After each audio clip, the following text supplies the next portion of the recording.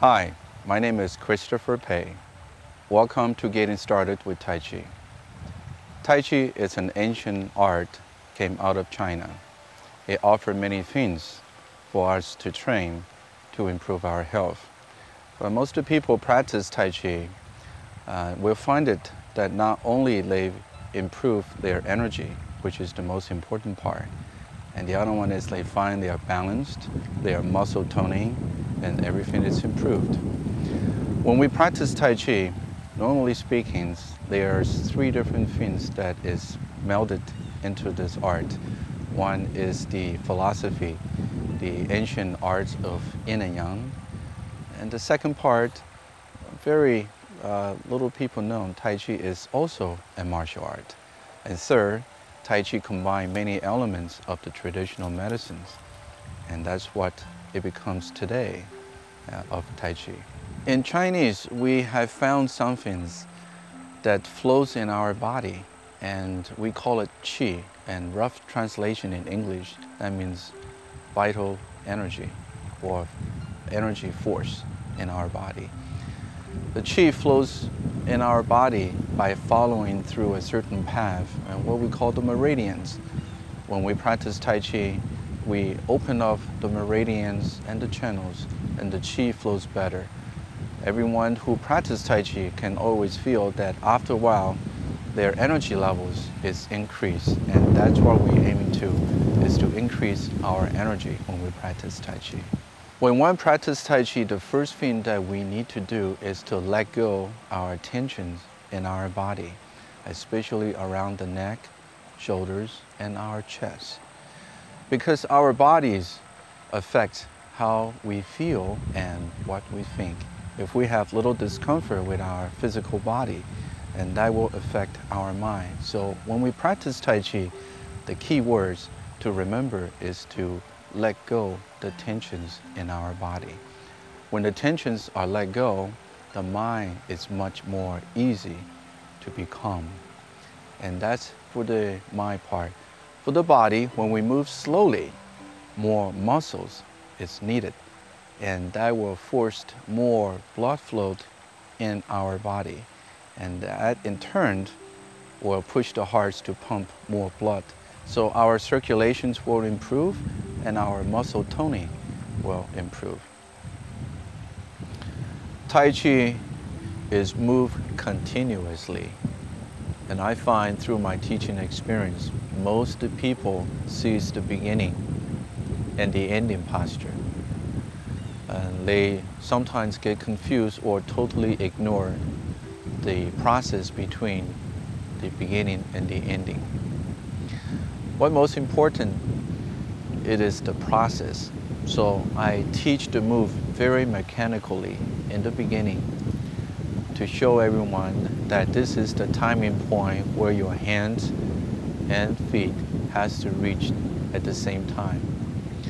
And also I point out the mistakes that everyone made. After you memorized the timing point, then we'll begin to move smoother.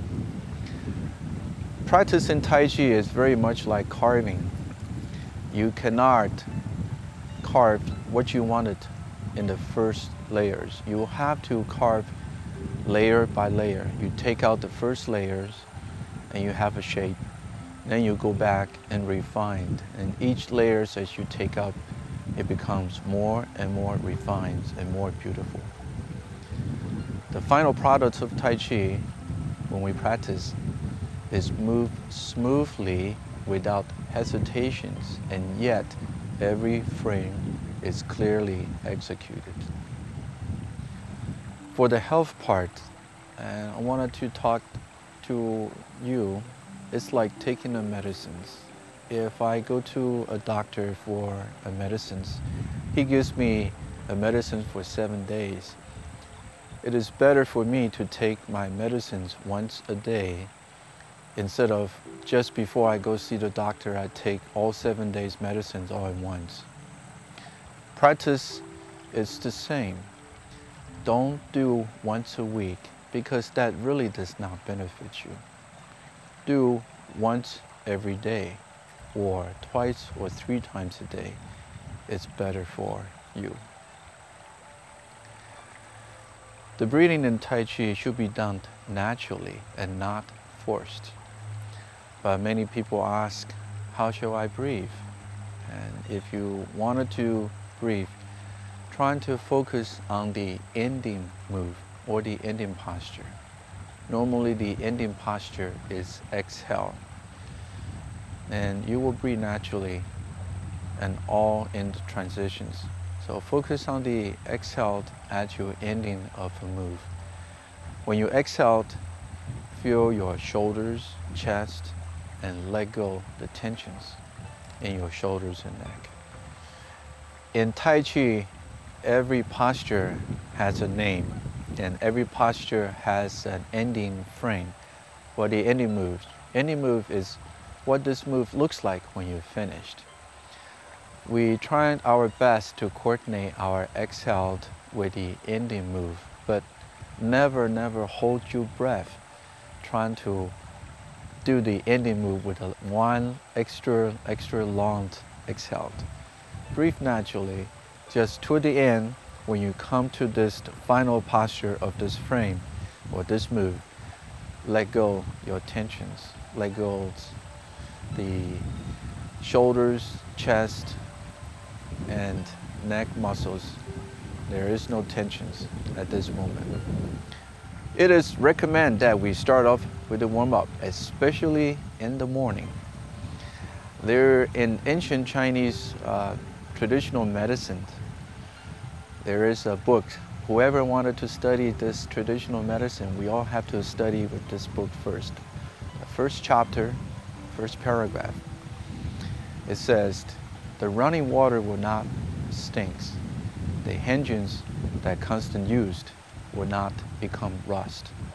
So what it's talking about is the blood, if it circulates constantly in our body, we will not get sick. And our joints, if it's moved continuously, we will not have any trouble with that. Joint is one of the most important parts of our body function. If your muscle feels hurt and has pain, or you have pull muscles, you pretty much can still move around. But if your joints is hurting, your motions will be limited. And in the morning, right after we wake up, we should do our exercise to loosen up our joints. When the joints are loosed, our muscle motions will be much more easy for us to use our muscles. On the warm-up exercise, please do not limit yourselves to a very rigid number.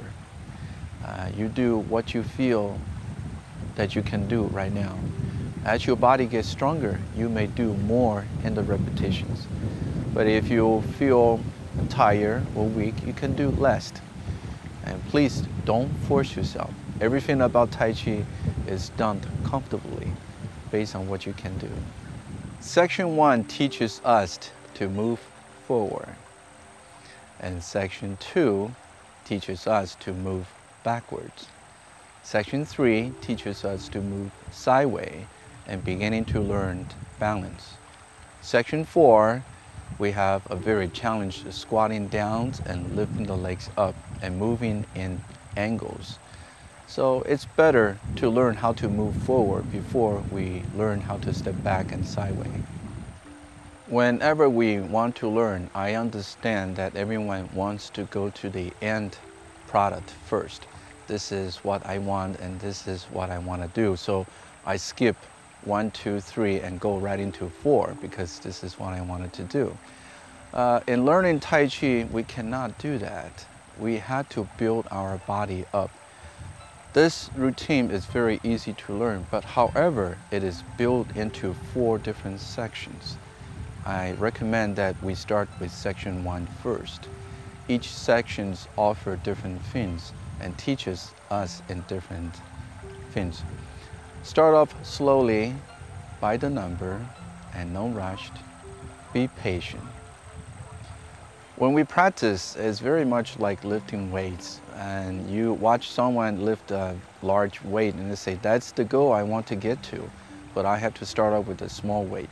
So in this instructional DVD, I have purposely to teach you by standing a little bit higher. As you're getting stronger in your muscle, you can feel your flexibility is also improved, and along with your balance, then you may begin to take a little bit larger step.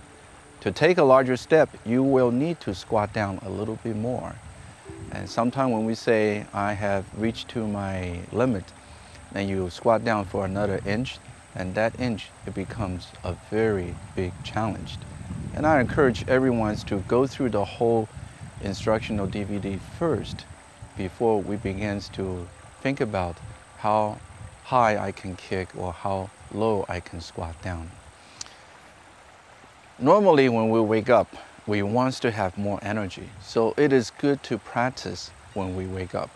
After warm-up exercise, we practice Tai Chi to improve our energy flow. And you can also practice in the afternoon when you feel a little bit fatigued from work. Just a few minutes of Tai Chi, and you do not have to do the whole forms. You can do a section of it just to make you feel more energized.